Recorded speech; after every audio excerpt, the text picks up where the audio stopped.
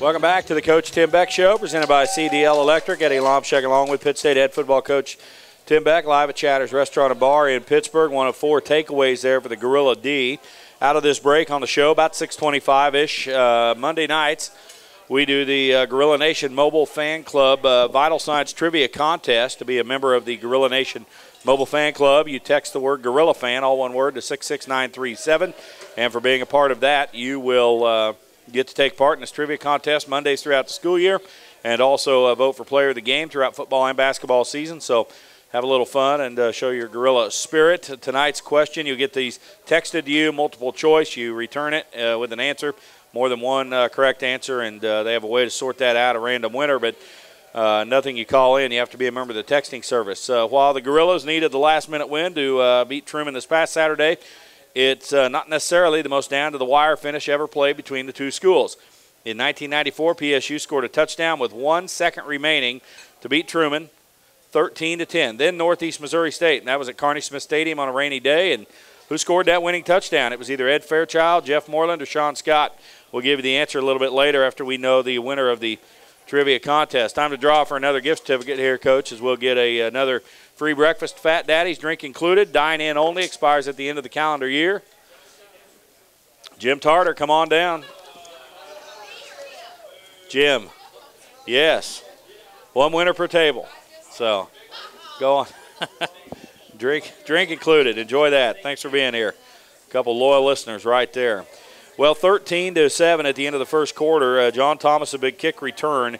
After that, Coach, Truman gets the ball at their own 40. You kick it out of bounds, and unfortunately, a couple of those the other night. And I don't know where you're trying to pin it or what, but Jake Craig, not a lot of end-over-end rotation. I don't know if he just wasn't striking the ball as well the other night. Yeah, he was. The first 2 games I thought he had really kicked the ball well, and then the other night we ended up kicking 2 of them out of bounds at some really untimely times. So hopefully Jake gets everything straightened out again. He's got the leg to do it, and we got to get him feeling comfortable again. And the one thing before we talked to the kickers about before the game is you saw on video at Truman where 2 or 3 times where people would slip, kicking the ball, punting the ball, doing different things where they'd slip on that turf, and that's when it was dry. So the other night it had a little bit of rain on it, a little bit slick. Would probably changes, maybe his steps just a little bit, and the next thing you know, we hooked a couple out of bounds. Well, they get it at the 40, but you would stiffen. That forced them to get a punt. It's a touchback. You're at your own 20. Then you're moving the ball. Probably first time all night you've had that sustained drive, but another fumble, 8 plays, and there's Truman at their 47. So you figure you've lived through it, and you end up not, obviously. So another one, but your defense true again. You force another stop. Do you kind of wonder there how much can you put on your defense to keep coming up with those stops? Well, yeah, again, it's thank goodness for them. But, the last one, we'd had 4 in a row, and then the kickoff return for a touchdown, then we come back offensively again, get things going, and another turnover. So, boy, it's just about as bad as it could possibly have been, and we were still, within striking distance in the game. Yeah, very much so, because after that, they end up punting. You get it back. You go 3 and out. They get it, go for it on 4th down. You stop them at your 31, and then a really nice drive. 10 plays, over 3 minutes off the clock. It ends in a field goal, career long for Chase McCoy. Comes late in the half, and so you're on the board there to get the final score of the half. Not that was the end of the activity in the first half, but 43 yards. He'd been perfect up to then. He would miss one later in the game, but I thought initially, leg strength, no problem. It didn't have a lot extra on it, but he's had a good year for you. Yeah, he really has, and that's, kind of in practice, that's kind of where we want him to be. And that's, we want him to be really consistent from there in. And if we were to kick a really, really long one, we'd probably put Jake out there. And we kind of look at that week to week. Chase had actually been kind of hampered a little bit with a slight growing pull, and so anything farther than that, there would have been a good chance we'd have sent Jake out there. Well, he hits it, and you end up having to kick it away, and again it goes out of bounds. Truman gets it at their own 40. With that said, in 53 seconds, they had at least a couple timeouts left. you have to know they're going to look to go with their passing attack. Chaz Smith gets his second pick of the night. What did you see on that play? Yeah, just a good job at him playing kind of center field, and the ball hung up there a little bit, and he was in a good position. And yeah, again, unbelievable that we were able to get 4 interceptions in a game like that. And then you get the ball back, 15 seconds to play. Aaron was talking about it. Aaron McConnell on the broadcast said he'd take a shot with John Brown right down here, and you do.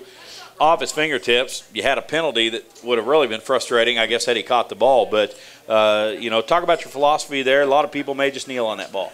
Well, we had a couple of options, and we decided, what the heck, we'll take one shot. And when you go back and watch it on video, it's really amazing how close it was to a touchdown. Real close. Because it does. It goes right off his fingertips, and the defensive back falls down. So, but, that was a call. That was probably the most frustrating call of the night, because Cody Holland has a defensive end that starts upfield and spins across his body, and Cody just pushed him down, and they called, holding on that. So that's and Cody's going to have some calls like that because he's so big and massive. Sometimes he can kind of just maul them a little bit, and the next thing you know, it looks like it might be holding, but he's 6'6", 6'7", 330 pounds, and he can maul some people. But yeah, that would have been really frustrating. Kind of like the offsides on their defensive linemen when they returned an interception for a touchdown. Yeah, negated a pick six. Yes, it did. Turns out that's a pretty big play in the long run. You mentioned Cody, kid from not far from here in Neosho, Missouri, and knew a lot about him in high school, heard a lot about him. And with that kind of size, you're going to get attention. And, I thought surely that somebody from a higher level will take a shot because of his size. He's also a very good thrower for Coach Jewett in the track program. But to be so big, and yet I knew he was raw. Talk about the progress he's made now as a sophomore. Yeah, he's made a lot of progress. And he missed his first spring he missed because he had mono, so he missed most all the practices. So last year, he got better throughout the season. And towards the end of the year, he, ended up being a full-time starter for us. But the thing about Cody, there was a lot of factors in why he chose Pittsburgh State. Being able to come and throw and play football, that was part of it.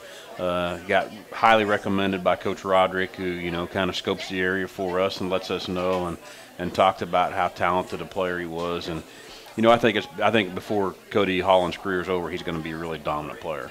Your O-line, you've suffered 2 season-ending injuries, Josiah Cody before the year, Aaron Kolich in practice, so it, causes you to change things. You knew about Josiah before the season, but then when you have one midweek like that, are you seeing the effects of having to, throw different guys in there? Well, there's no question. And then, on top of that, we've got Callan Archer, who started 7 games for us last year and is having, had some blood clots in his leg, and so we don't have any idea. There's a good chance we won't get him back for the season, or they may tell us 2 or 3 weeks from now that he's okay. So we'll have to wait and see on Callan. And then Chris Mitchell's another one who, early summer and fall camp when we got here, we were hoping that he could possibly be in our top 10. So got several guys out there, but one thing, our offensive line the other night, as bad as everything was, that was really a bright spot because guys inside, they did a tremendous job blocking in between the tackles, and we missed some cuts. As our running backs missed a few cuts that could have been a big difference in the game, and for the most part, offensive line did a really nice job. Yeah, it's you get that going. Chris Mitchell, if people don't know, is a redshirt freshman from Tulsa and a converted D lineman. So you look at him, and that, it's an interesting process that you switch from one side of the ball. You're a big body on either side, I guess, but how different a deal is that where people think of pinning your ears back on defense and then maybe a little more refined on offense? Oh, yeah, it definitely changes things. And you don't like to have to move people around in the offensive line. You just really don't want to do that. And Nick Pugh's a good example of some people just feel more comfortable at one position than the other. Nick's a good athlete, and we moved him at guard, and he was doing okay there, but he's much more comfortable at tackle. And Nick's a good example. He's having a really good year for us, and it's one of those things. You get them in a position where they're more comfortable, they're going to play better. Well, 13-10 at halftime, and again, weathered the storm, you think, to be within touch in that regard on the scoreboard. What was your biggest message at halftime to your team?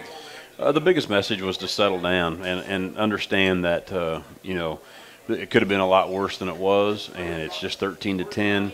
We're going to go out there. Our defense is playing well. We're going to go out. We're going to get after them again in the second half. Offensively, they hadn't really stopped us. Everything that we had done we just kept shooting ourselves in the foot. So, we had to feel like potentially we could do some things offensively. We just were completely out of sync because of the turnovers.